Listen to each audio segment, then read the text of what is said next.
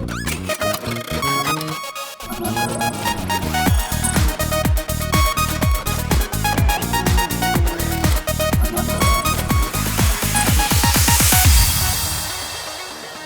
welcome to a very special episode of Tech It Out. And this week, I will let Sahil tell you guys why this episode is so special before his head quite It's the Mobile World Congress Special explodes. 2017. Okay, that's what it is. Big day. So many phone launches, right? I'm talking about Sony, I'm talking about LG, I'm talking about Nokia, right? Nokia, oh my God, Nokia is back and is back with a massive bang. Sahil.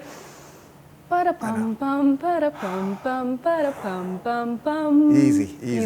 I know. So MWC or awesome. Mobile World Congress kicked off this week in Barcelona in full swing. And for those of you who do not know what MWC then is, shame on you, okay? You should know what it is. I mean, come on, they should know what it is, dude. It's the Mobile World Congress. I mean, right, but even if they don't, we're telling them what it is. So okay, I'm getting excited. Fine. Like I was saying, MWC or Mobile World Congress is the biggest mobile event in the world. It's the launchpad for some of the smartphone launches, biggest smartphone launches of the year, but also offers us a range of tablets, smartwatches, and other connected devices. And of course, out of the consumer sphere, it does draw a lot of industry heavyweights who talk about the latest mobile technology, such as chipsets and VR and 5G, and a whole lot of other impressive technologies as well. So here's all that you need to know about MWC 2017.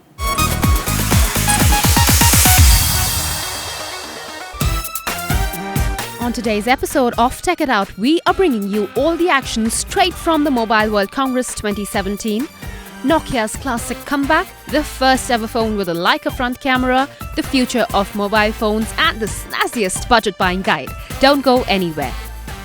Let me guess, Nokia? Damn right, Nokia. I mean, do you even know what has happened here, Sejal? Can you even begin to comprehend what Nokia has gone and done?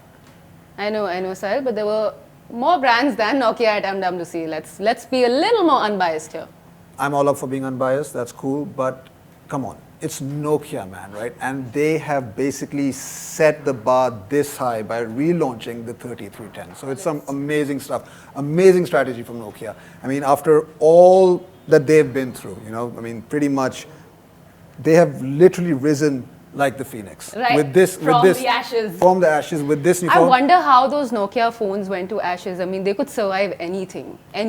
Yes, but obviously they couldn't survive the Galaxies or the Apples. Basically the Android platform. Yeah, basically the Android platform and also, of course, the iOS platform. They couldn't really keep up with the competition, and of course, they decided to go with a completely different operating system that wasn't the most user-friendly. So that had a lot to do with their downfall.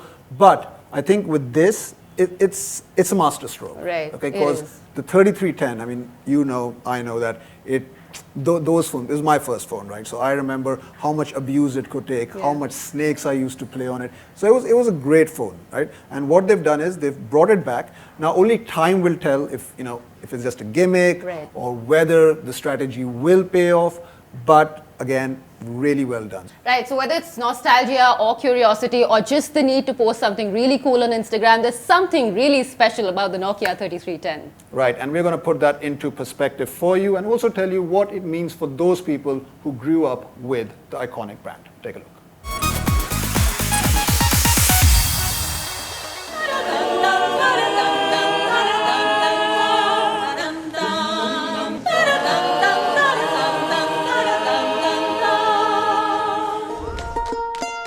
For most of us, our first phone was a Nokia.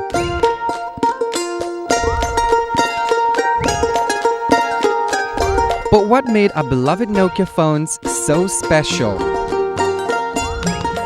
Which was your first phone?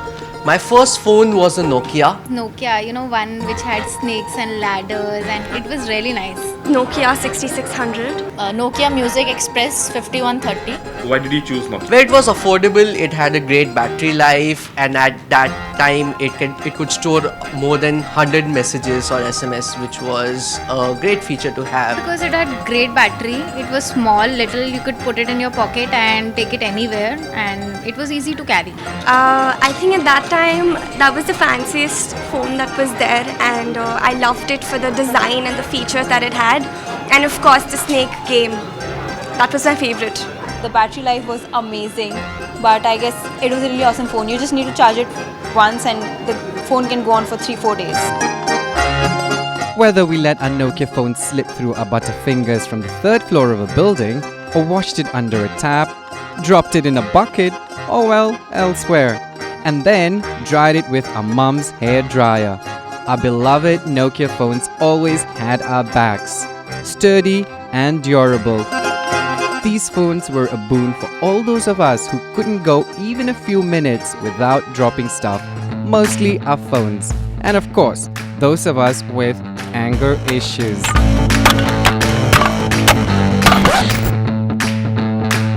And then the indestructible battery life. Our Nokia phones give us a battery life up to 260 hours, which roughly calculates into a whole 10 days. This year at the Mobile World Congress in Barcelona, the iconic Nokia 3310 made a comeback as a modern-day classic. The new Nokia 3310 comes with a modern-day makeover with curvy edges and is thinner, smaller, lighter and priced at $52. The new kid on the block will be released in 4 fresh colors: warm red and yellow in a glossy finish, and a dark blue and grey variant in matte, closer to the blue and grey variants from the 2000s. Just like its predecessor, the new Nokia 3310 has a 2.4-inch screen and a smaller user interface. But the modern variant boasts of a 2-megapixel camera and 16 MB of storage. And the new 3310 promises 30 days of standby time. Yes, you heard it right. 30 days of battery life as compared to the mere 10 days that the old 3310 came with.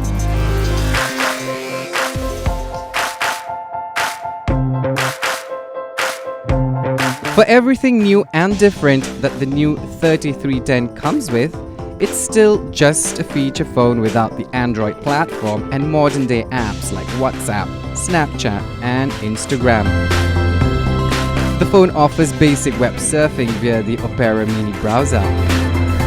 But the 2 constants that we remain the most excited about are the iconic Nokia ringtone and the classic game of snakes in a modern-day avatar, just to play on that nostalgia.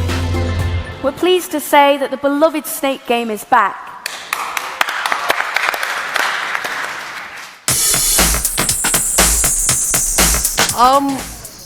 I don't know if I'll buy it. I would like to see the device first. It could be a good second device to have, considering it also has 2G internet and it's a durable phone, has a long battery life. So Of course I would, because you always need a phone which is, you know, your partner, and it has a good battery life and it survives with you. Definitely, I'll have to. I'm really looking forward to it. I'd want to sort of try it and see what features it has. I may not, because obviously we need apps in today's time. We can't do without apps or a smartphone. So I doubt if I'm gonna buy it. To get your hands on the 3310, you'll have to wait until the 2nd quarter of the year. But if you're too used to the modern-day comfort of your smartphones and just a feature phone like the 3310 doesn't just cut it for you, then Nokia has something in store for you too.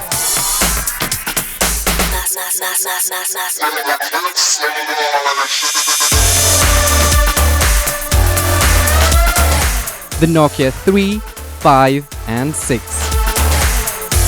Making its debut at the Mobile World Congress 2017, the Nokia 6 comes with a 5.5-inch Full HD screen, Dolby Atmos sound and a 16-megapixel camera.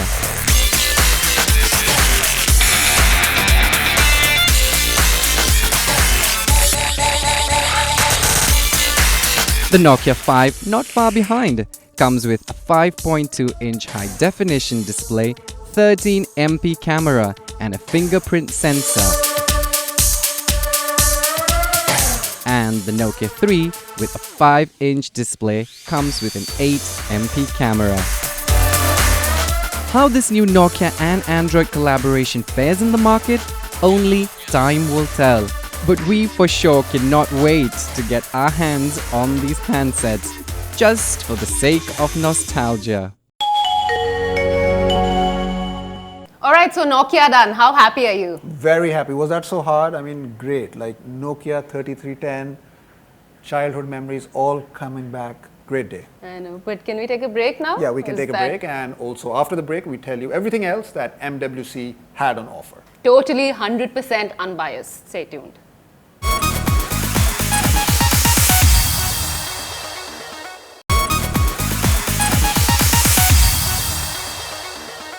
Welcome back, and thank you so much for staying with us. Now, as promised, our next story is about everything else that MWC had to offer at its massive mobile event. And Well, and of course, Nokia, as she keeps Again. saying, wasn't the only thing that MWC had to show off at its mega event. well, Sahil, finally learning journalism, huh? Ha ha ha, so funny you are, so funny. I tell you what, why don't you give us the highlights of MWC today? Let's hear Sejal's Gyan on MWC. Take it away, Sejal. Well, to begin with, I'm really excited about 3, 5 and 6, Nokia 3, 5 and 6 launching. I thought we on weren't the- talking about Nokia, but okay, go. You were talking about the 3310. I'm talking about the new Nokia Android technology. Okay, fair enough then. But okay, let's not talk about Nokia. Let's talk about LG G6, or maybe not even that. Let's talk about Sony Xperia XZ Premium. Wow, okay. Yeah, launched within And what 4K was so screen, great supports about- HDR. Dude, damn. You want me to what- embarrass yourself further, or should No, we I just cut to think story? I am you. Every episode is just like the knowledge. Wow, well done. Okay, so you've done your homework clearly. I think we should now let's just see what else was on offer before Sejal steals the entire show herself. Take a look.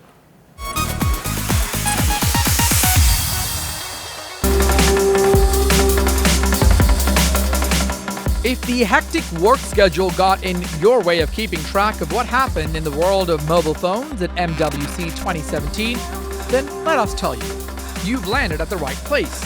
Because we've got all you mobile enthusiasts, which is basically all of us, a quick mashup of the interesting announcement straight from Mobile World Congress. Well, we just told you that Nokia is finally coming back with Android phones. But that wasn't all that stole the show. Chinese phone maker Oppo took a mobile photography challenge and came up with a 5 dual-camera zoom system.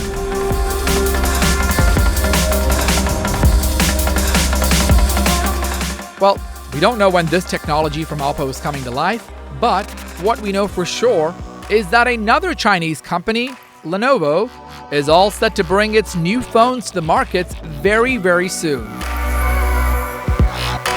The company used the MWC platform to showcase the new Moto G phones called the Moto G5 and the Moto G5 Plus. The good thing here is that the Moto G5 is the first Moto G to come in a metal body, and even better, it's coming to India March 15th.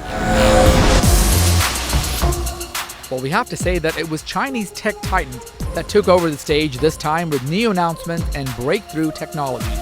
Apart from Oppo and Lenovo, Huawei announced its new flagship phone at the event, successor to the last year's P9 with Leica cameras. Camera at the back, the Huawei P10 comes Leica. Cameras on both the front and the rear. And not to forget, it has a couple of gimmicks borrowed from the iPhone 7 too. Not sure how Sahil feels about this. While Chinese players managed to bring impressive innovation, the popular Korean players including LG and Samsung couldn't create a lot of buzz. Keeping itself away from the modular approach that LG adopted for the last generation G5, it introduced a sample and decent flagship phone called the G6, this time at MWC. Well, the device looks fine in terms of design and the camera, but one thing that the GC has left a few disappointed with is the processor. Well, we agree to the contention that LG could have used the latest chipset for its new flagship.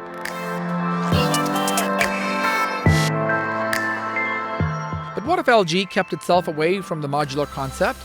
This time it was Alcatel who filled in the gap and flaunted the A5 modular phone with a fun module studded with LEDs. It boasts of a colorful light animation at the back of the handset, but do we really need it?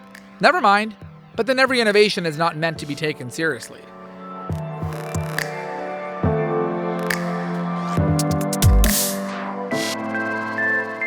But among all, it was Sony that came out with a new premium phone with a couple of the world's firsts. The most important being the Xperia XZ Premium that has the world's first 4K HDR display.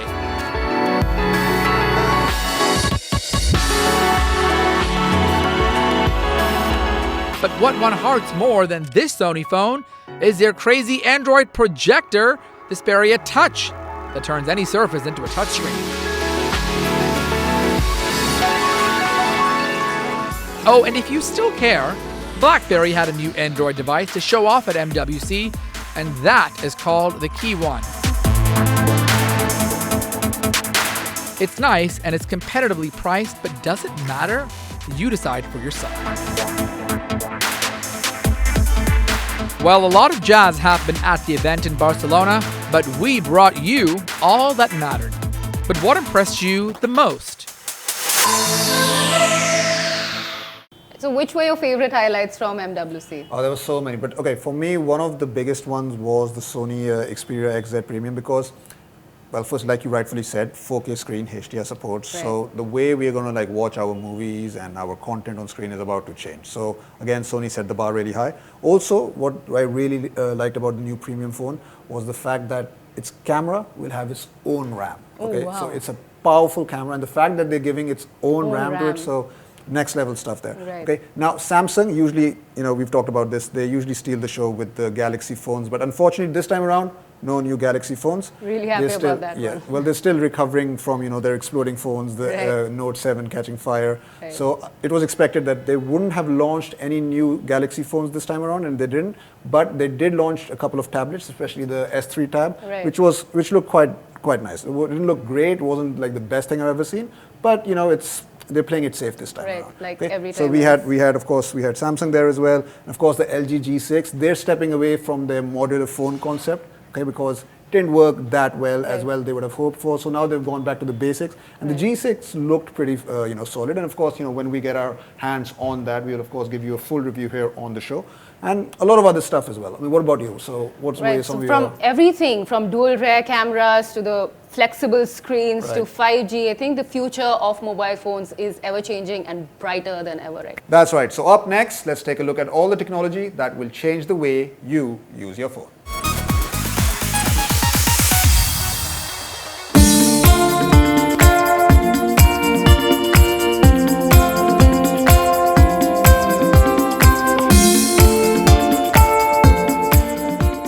And that's exactly what Apple did. They reinvented the phone, and the mobile industry has never been the same after it. In fact, Apple pretty much gave birth to the smartphone race. Since then, technology involved in mobile phones and mobile networks has developed rapidly. Some industry experts predict that in years to come, mobile phones will become remote controls for our whole lives, while others forecast that in the future, mobile phones will literally run our lives for us. But one thing is for certain, it's going to be one heck of a ride. Ever since we saw Tony Stark using holograms in Iron Man, we have all been waiting for someone to come up with it for real. But how close are we to being able to having touch-free technology on smartphone?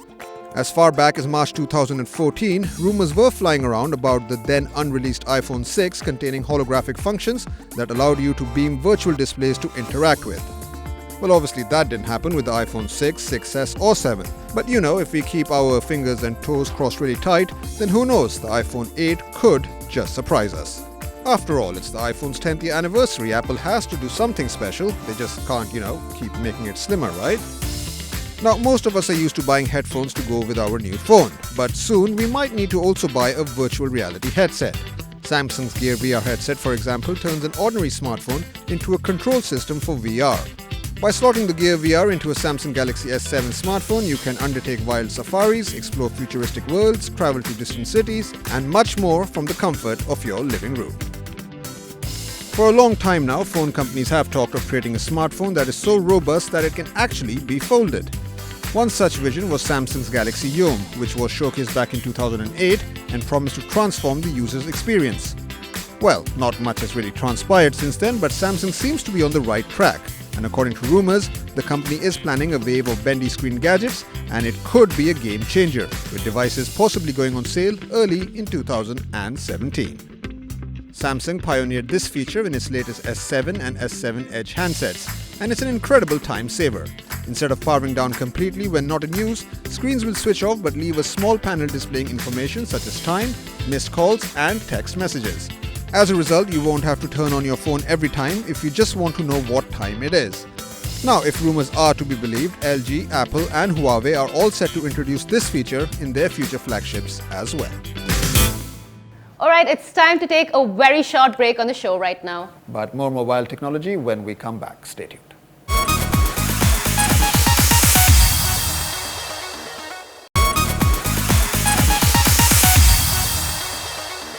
Welcome back. You're watching our Mobile World Congress special on Tech It Out today.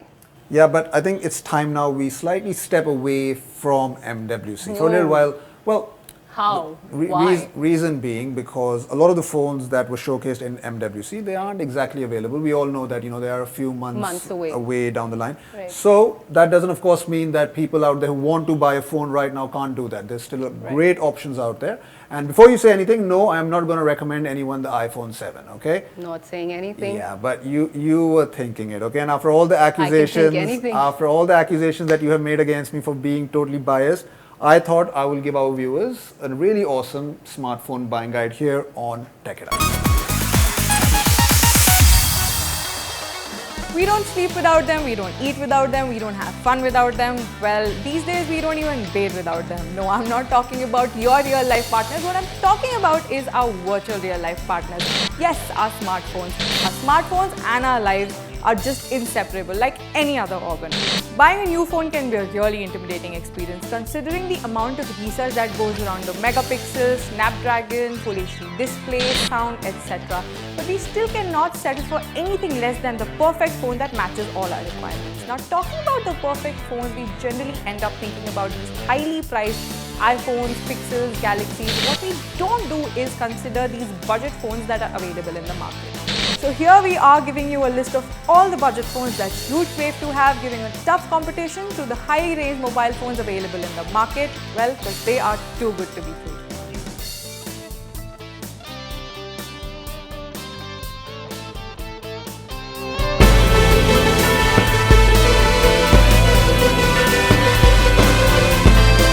The Moto G4 Plus. Since Motorola made a market comeback, it has given us some of the best budget phones till now, and with the Moto G4 Plus, they've clearly declared themselves to be the masters of all. With the Snapdragon 617 processor, the phone's fast performance will not fail to disappoint you at all. This phone tops our list in the budget segment, and trust us, it'll top yours too.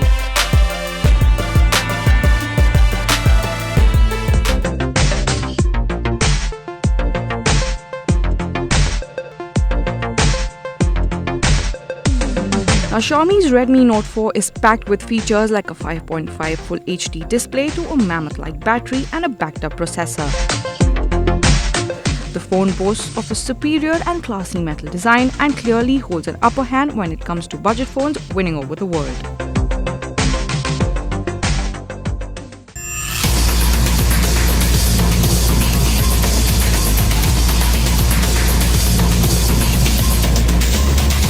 The Lenovo Z2 Plus is the phone that aims to offer top-of-the-line specifications at an affordable cost. Now, what makes the Z2 Plus stand out from the other budget phones that the market has to offer you is that all this power is packed in a case and skeleton which is compact and perfect for one-handed use.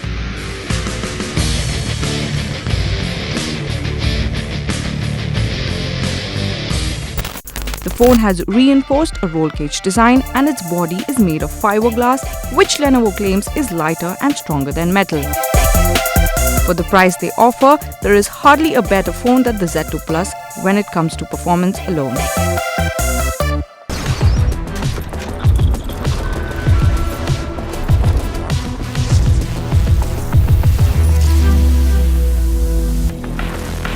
Our personal favorites here, the OnePlus 3 and OnePlus 3T, are total beasts. Loaded with killer features, these guys rule the game for the mid-ranged phones. There is not much difference between the Plus 3 and 3T, just that the latter comes with an upgraded processor, bigger and stronger battery, and an upgraded front-facing camera. Now think of the sleek and suave beauty that OnePlus 3 already is, but it doesn't end there. The OnePlus 3T, in addition to good looks of the OnePlus 3, has top-of-the-line specs. Basically, these phones are nothing short of pure brilliance.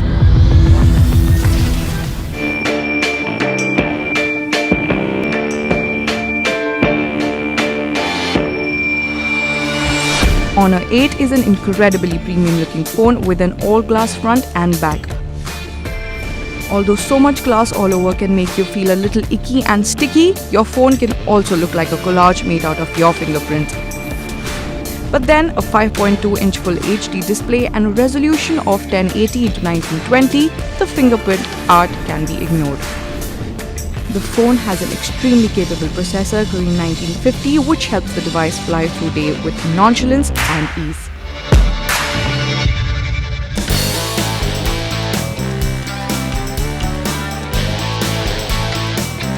Asus Zenfone 3. Now Zenfone 3 is a refreshing change from all the phones available in the market. The phone features 2.5D curved Corning Gorilla Glass both on front and rear. The phone also sports a primary camera partnered by an LED flash and a fingerprint scanner. There's also a one-handed mode that basically shrinks the display to one corner of the screen for easy and comfortable access, and the phone's processor gives you no chance to complain. In terms of design and functionality, you don't have to hesitate but just buy this phone. It's crazy how in half the prices of all the phones that you wish to have, these budget phones offer you better performance and features. So what are you waiting for? The world of phones has a lot to offer you, a lot more than you could even imagine. So get your perfect phone and fall in love with it. Well, that's all the time we have on this episode of Tech It Out. We really hope you enjoyed our Mobile World Congress special. Of course, you can reach out to us on Facebook. Our Facebook page is called Tech It Out, and our Twitter handle is @beyond_Tech It Out. Tweet to us, tell us how you love the show and how you hate Sahil. Nice, nicely done. Thanks for that. And next week, make sure you do join us on Tech It Out because it will be our fashion special. We'll see you same time next week.